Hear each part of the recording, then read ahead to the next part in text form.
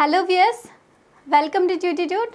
We'll see some important model questions today. Okay, so generally మనకి examination point of వ్యూలో ఈ model questions అనేవి మనం ఎంతవరకు చదివాము, మనం చదివిన కంటెంట్ అసలు ఎగ్జామ్ పాయింట్ ఆఫ్ వ్యూలో ఉందా లేదా, right? So can be able to answer or ఇంకా ఏవైనా మిస్లీనియస్ టాపిక్స్ మనం వదిలిపెట్టామా, రైట్? సో ఇలాంటి చాలా విషయాల మనకి అవగాహన ఎప్పుడు వస్తుంది అంటే మోడల్ క్వశ్చన్స్ కానీ ప్రీవియస్ ఇయర్ క్వశ్చన్ పేపర్స్ కానీ మనం చూసినప్పుడే అండి. అర్థమవుతుందా? So in that sense we should very thorough with the solving of previous year question papers. మీరు టెస్ట్ సిరీస్ అంతా కూడా చేస్తూ ఉండొచ్చు. మీరు ఈవెన్ దానికి కూడా ఆప్షన్ ఎలిమినేషన్లో కానీ ఆ టాపిక్స్ ఏ టాపిక్స్ నుంచి మనకి ఎక్కువ క్వశ్చన్స్ వస్తున్నాయి, ఇలాంటి విషయాలన్నీ కూడా మనకి ప్రీవియస్ ఇయర్ క్వశ్చన్ పేపర్స్ నుంచి మనకు తెలుస్తాయి అన్నమాట. మరి మోడర్న్ ఇండియాలో హిస్టరీ పరంగా సో జనరలీ మనకి కొన్ని మోడల్ క్వశ్చన్స్, ఇంపార్టెంట్ క్వశ్చన్స్ అనేవి మనం చూద్దాం ఇప్పుడు. ఓకేనా? Right. Okay, so when and which governor general decided to make English as the medium of instruction in India? Right, so 1805 Lord Wellesley, 1845 Lord Hardinge, so 1835 Lord William Bentinck, 1850 Lord Dalhousie. చూడండి మనకి ఇక్కడ every time period which is not same కదా. So మనకి generally ఇంకా question paper standard పెంచడానికి are confuse చేయడం కోసం మనకి ఎప్పుడైనా సేమ్ ఇయర్స్ ఇచ్చారనుకోండి, రైట్? అలాంటప్పుడు కూడా కొంచెం వరకు కాస్త డిఫికల్ట్ అని చెప్పొచ్చు అనమాట. బట్ ఆల్మోస్ట్ మనకి సో అట్లీస్ట్ ఇయర్ తెలిసినా మనకి సరిపోతుంది, ఆర్ పర్సన్ నేమ్ తెలిసినా మనకి సరిపోతుంది అనమాట. క్వశ్చన్ ఏంటి ఇక్కడ? ఇంగ్లీష్ ద మీడియం ఆఫ్ ఇన్స్ట్రక్షన్గా మనకి ఏ గవర్నర్ జనరల్ పీరియడ్లో మనకి వచ్చింది అనేది క్వశ్చన్ అనమాట. It's a direct question and we know that one of the only benefit అంటే like apart from railways development అనుకే ఇలాంటి విషయాలు, పోస్టల్ డెవలప్మెంట్, టెలిగ్రాఫ్ ఇవన్నీ కాకుండా, right? So one of the thing that it is beneficial for our Indian people ఏది అయినా ఉంది అంటే అది వెస్టర్న్ ఎడ్యుకేషన్ కాన్సెప్ట్ అండి, రైట్? సో దాని మీద ప్రశ్న వచ్చే అవకాశం ఖచ్చితంగా ఉంది. బట్ మనకి మీడియం ఆఫ్ ఇన్స్ట్రక్షన్గా ఏ గవర్నర్ జనరల్ పీరియడ్లో వచ్చింది అంటే it was a direct question అండి. 1835లో Lord William Bentinck.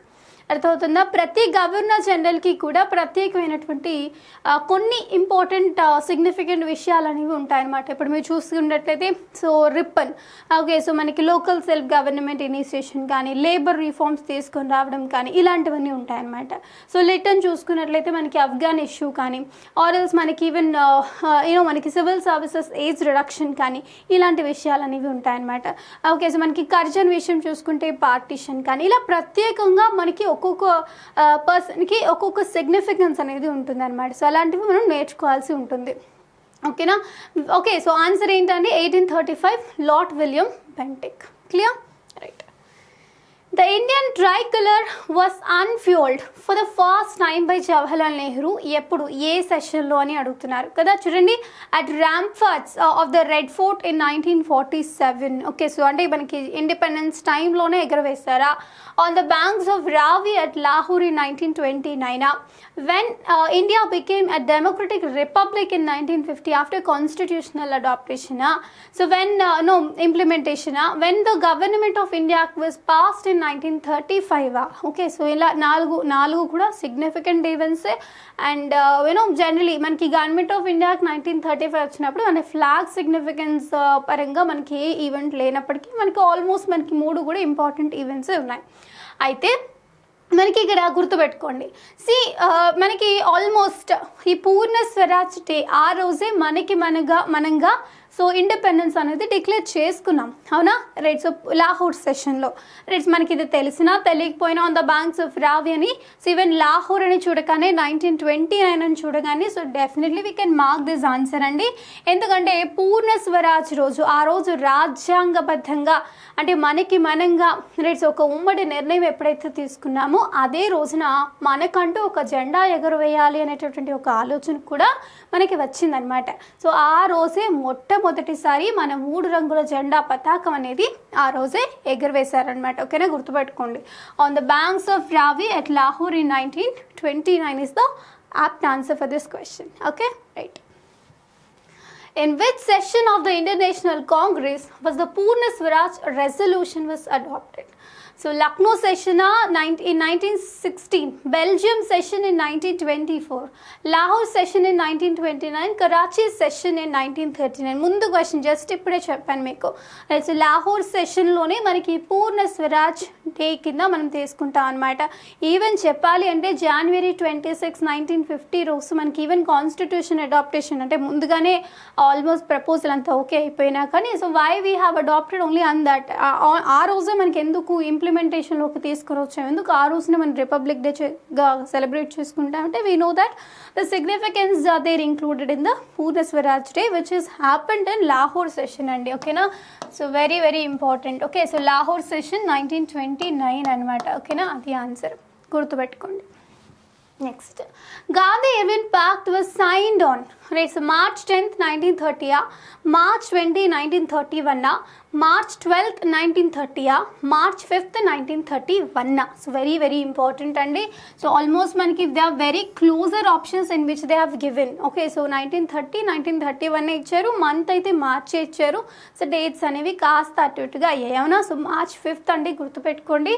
So Gandhi Irwin Pak మనకి రౌండ్ టేబుల్ కాన్ఫరెన్సెస్ జరుగుతున్న టైంలో రైట్, సో ప్రత్యేకంగా మనకి సెకండ్ రౌండ్ టేబుల్ కాన్ఫరెన్స్ తర్వాత మనకు జరుగుతుంది అనమాట. సో చాలా ఇంపార్టెంట్ అండి. అసలు ఈ గాంధీ ఇర్విన్ పాక్ట్ కోసం అని చెప్పేసి ఈవెన్ చాలా నెగోసియేషన్స్ కానీ ఆల్మోస్ట్ వాళ్ళంతా కూడా అప్పుడు జైల్లో ఉంటారు రైట్. సో అయినప్పటికీ కూడా మనకి చాలామంది మధ్యవర్తిత్వంతో సో గాంధీ గారు ఒప్పుకుంటారు రైట్. సో ఈ గాంధీ ఇర్విన్ పాక్ట్కి మనకి వెళ్ళడానికి మనకి అంత సెకండ్ రౌండ్ టేబుల్ కాన్ఫరెన్స్కి మనకి వెళ్ళాలని చెప్పేసి మనకి they will initiate all these things అనమాట. Because we know that first round table conference which will be cancelled because of the non-participation of INC, and that was being clearly recognized that the British individuals that okay fine we should have to convince that INC leaders ani, but anyway we know the result in which it was happened after second round table conference kada right.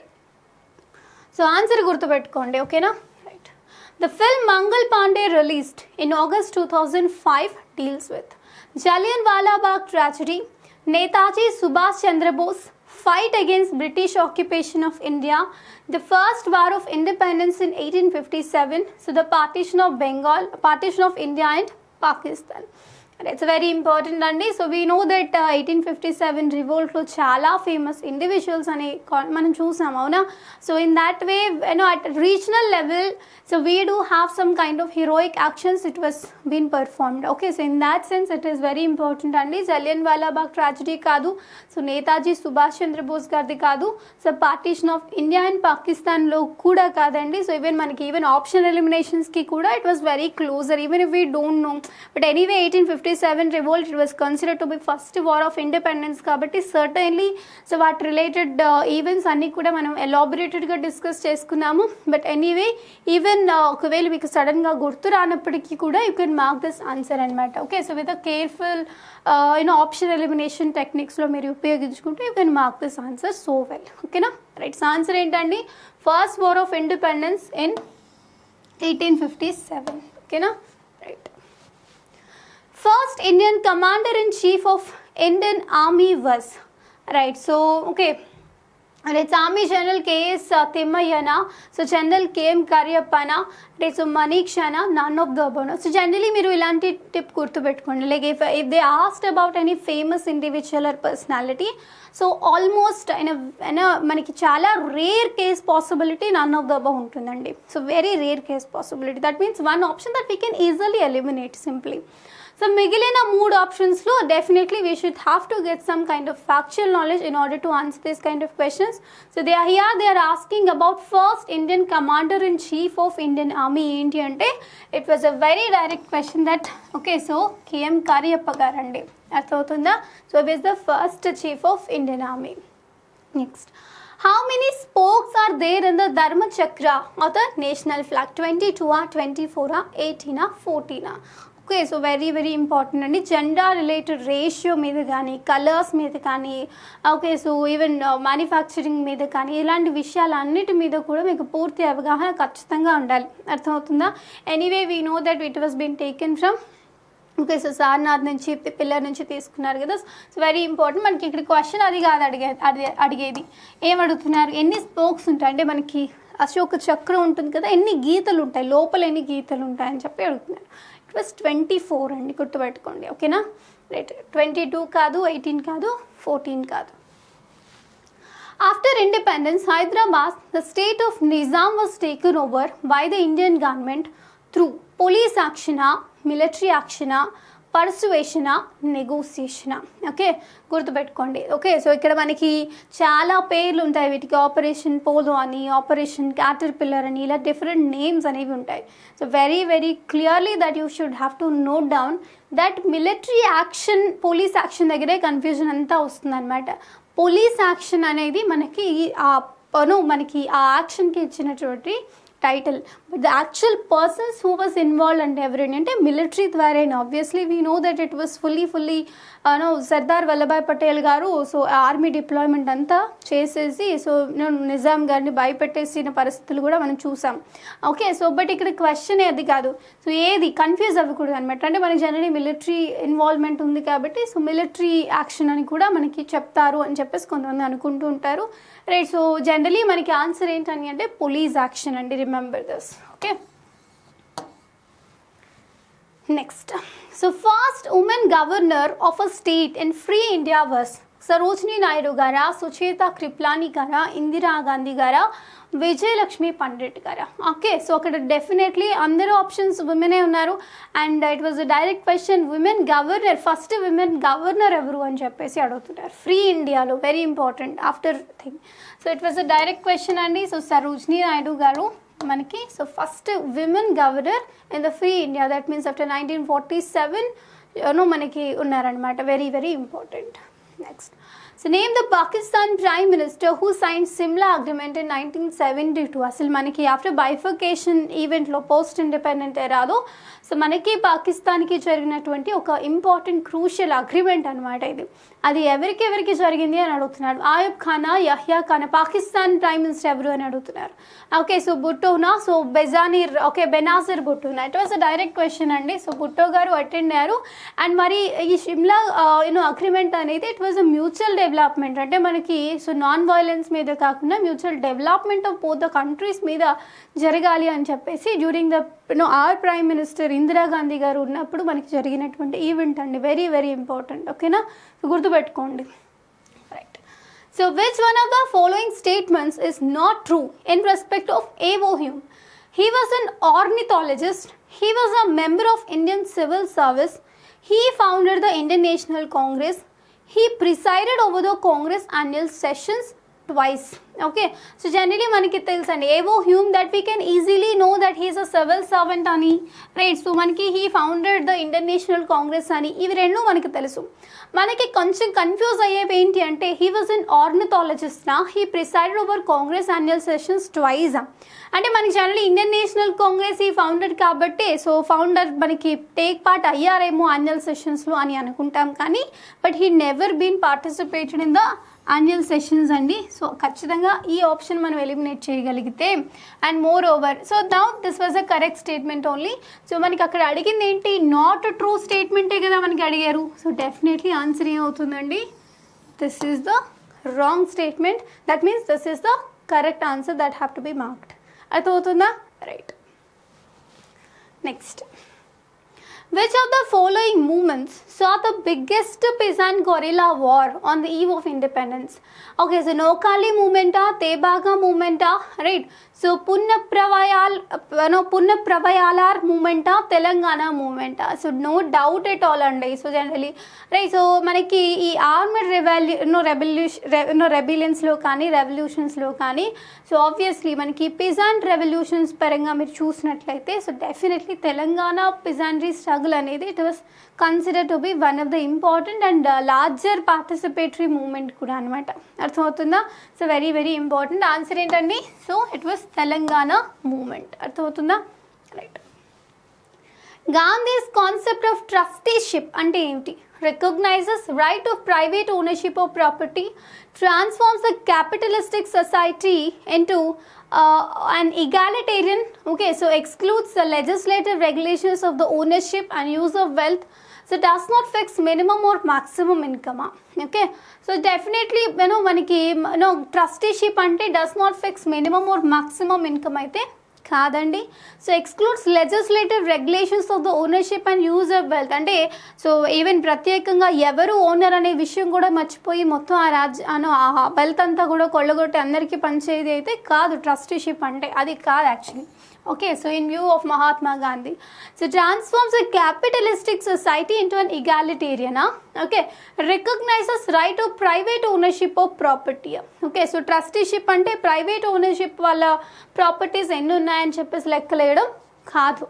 Okay, so in that way you can eliminate this also, and the only option that was remained Indian, it transforms the capitalistic society into an egalitarian. Okay, so అక్కడ కూడా ఎవరు కూడా అంటే ఏ ఒకటే చోట మనకి lump sum amount అంతా కూడా సో రెవెన్యూ అంతా కూడా స్టక్ అయిపోకుండా, so it should be a kind of like అందరూ కూడా సమానంగా ఎదిగేటటువంటి స్వాతంత్రము, ఆ లిబర్టీ కలిగి ఉండడమే మనకి మహాత్మా గాంధీ వ్యూ యొక్క సో ట్రస్టీషిప్ యొక్క అర్థం అన్నమాట. అర్థమవుతుందా?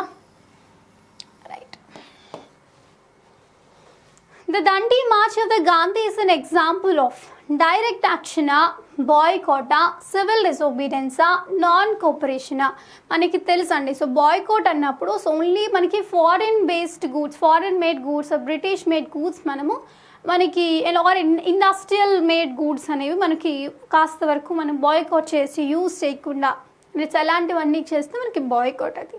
అయితే ఓకే, సో డైరెక్ట్ యాక్షన్ అంటే విచ్ ఇస్ రిలేటెడ్ టు పాకిస్తాన్కి సంబంధించినటువంటి బైఫికేషన్ ఎప్పుడైతే మనం ఒప్పుకోలేదో, so obviously Indian national congress leaders ఎప్పుడైతే ఒప్పుకోలేదో ఆ అసమ్మతిని తెలియజేసిన తర్వాత వాళ్ళకి కోపం వచ్చి చేసినటువంటి ఒక పని అది కదా. So it is no way related to this. So civil disobedience అంటే ఏంటి, తెలుగులో ఏమంటారు, శాసన ఉల్లంఘన అంటారు. ఓకే, సో లాస్ ఏవైతే ఉంటాయో ఏవి ఎవరు చేసినవి, బ్రిటిష్ వాళ్ళు చేసినవి, అవి సింపుల్గా లైక్ వదిలేయడం అనమాట, అంటే ఇంకా ఫాలో అవ్వకుండా ఉండడం అనమాట. సో అంటే అవుట్ బ్రేక్ చేయడం అనమాట. సో అలాంటి విషయాల పరంగానే కదా ఇప్పుడు దండి మార్చ్లోనే కదా మనకి ఈవెన్ సాల్ బ్రేకింగ్ విషయాలు కానీ ఇవన్నీ జరిగాయి. Lot many things which was happened in civil disobedience movement అండి. నాన్ కోఆపరేషన్ మూవ్మెంట్ అంటే ఏంటి, so they simply boycotting, so they simply like ఎలా అంటే ఇప్పుడు కోర్ట్స్కి వెళ్ళకపోవడం, ఓకే, సో విద్యార్థులు స్కూల్కి వెళ్ళకపోవడం, like they are not cooperating with the government అలా అనమాట. సివిల్ డిసోబీడియన్స్ మూవ్మెంట్లో ఇంకాస్త లెవెల్ పెంచుతారు, ఏంటి టాక్సెస్ అవి కట్టకపోవడము, రైట్, సో లాస్ని సరిగ్గా ఫాలో అవ్వకపోవడం, ఇదే అనమాట. So Dandi March comes under the event of civil disobedience అనమాట. ఓకేనా, గుర్తుపెట్టుకోండి. ఓకేనా, రైట్.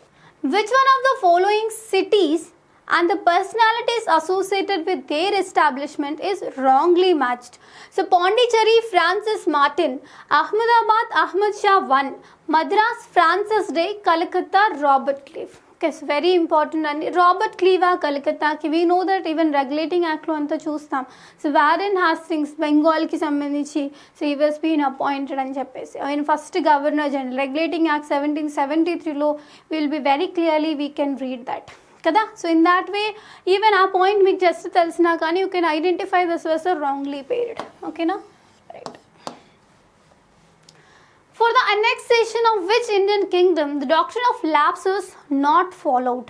సతారానా, నాగ్పూరా, ఝాన్సీనా, పంజాబా. ఓకే, సో మనకి ఇవన్నీ కూడా డాక్టర్ ఆఫ్ ల్యాబ్స్ అంటే ఏంటండి, సో ఎవరికైతే పిల్లలు పుట్టట్లేదు సో అడాప్షన్ అనేది ఉంటుంది కదా, సో అడాప్షన్ అనేది లీగల్గా డిక్లేర్ చేసేసి సో డాక్టర్ ఆఫ్ ల్యాబ్స్ పేరుతో ఎవరైతే వారసత్వం లేని రాజ్యాలని సో బ్రిటిష్ వాళ్ళు తన అధీనంలోకి తీసుకోవడమే ఈ డాక్టర్ ఆఫ్ ల్యాబ్స్ అనమాట. అయితే కింది ఏ కింగ్డమ్ని మనకి ఆ పేరుతో తీసుకోలేదు అని వీ నో దట్ పంజాబ్కి రంజిత్ సింగ్ ఉన్నారు కదా, సో ఈ వాజ్ మనకి అతనితో ఫైట్ జరిగిందనే విషయం మనకి తెలుసు, right. So anyway, so now this was not handed over on the policy of doctor of labs అండి. అర్థమవుతుందా, right. So Satara, Nagpur, Jhansi we know that they have underwent with the process. Okay, right. Which was the easiest settlement of the Dutch in India? Right. So which was the earliest settlement of Dutch వాళ్ళది అడుగుతున్నారు, గుర్తుపెట్టుకోండి. So Dutch వాళ్ళది కాబట్టి so it was not Machilipatnam, okay, so it was not Surat, it was not Ahmedabad, because it is Dutch కాబట్టి. అర్థమవుతుందా. So Dutch వాళ్ళ first earlier settlement ఎక్కడ అని అంటే it was Pulicat. Okay, right. So advent of యూరోపియన్స్లో we have elaboratedly covered this. During British rule, who was the instrumental for the introduction of the Raitwari system in the Madras presidency? Right, so Macartney, so Elphinstone, Thomas Munro, John Lawrence. Gurtupettukondi. So very important topic andi. So we have no exclusively not covered, so just orally we told, but anyway gurtupettukondi. So Raitwari system kani, okay, so permanent system kani, zamindari system kani, so who have initiated? Okay, so permanent system ante maniki we know that Cornwallis. Okay, so Raitwari system ani kani we should have to remember the name of Munro, right? So ila places wise kuda meer gurtupettukovali. So Madras presidency lo he have initiated andi. So answer entandi Thomas Munro is a British general who was instrumental for the introduction of Raitwari system in the Madras presidency. Make sure that you have to learn his name, gurtupettukodaniki prayatnam cheyandi. Name 3 important forms of satyagraha: non-cooperation, civil disobedience and boycott, boycott, civil disobedience and rebellion, non-cooperation, revolution and referendum, revolution, plebiscite and boycott. See, plebiscite ivanni kuda manaki generally during the period of moderates, like 3 P's, pray, petition, protest. Okay, so ala, right? So in that way they will use that. Okay, so but they asked about forms of satyagraha, not moderates thing. So non-cooperation undi, kani satyagraha they did not take part exclusive revolution andi. So they did not promote actual revolution concept. Even you can eliminate this option. So boycott, civil disobedience and rebellion. Okay, so boycott, okay, yes, civil disobedience, okay, but rebellion, as I told you, so no. Alright, so the only option that was remained entandi, so non-cooperation, civil disobedience and boycott. Okay, so very important. So these are the 3 forms which are very considered to be the pillars of satyagraha forms and matter. Okay na?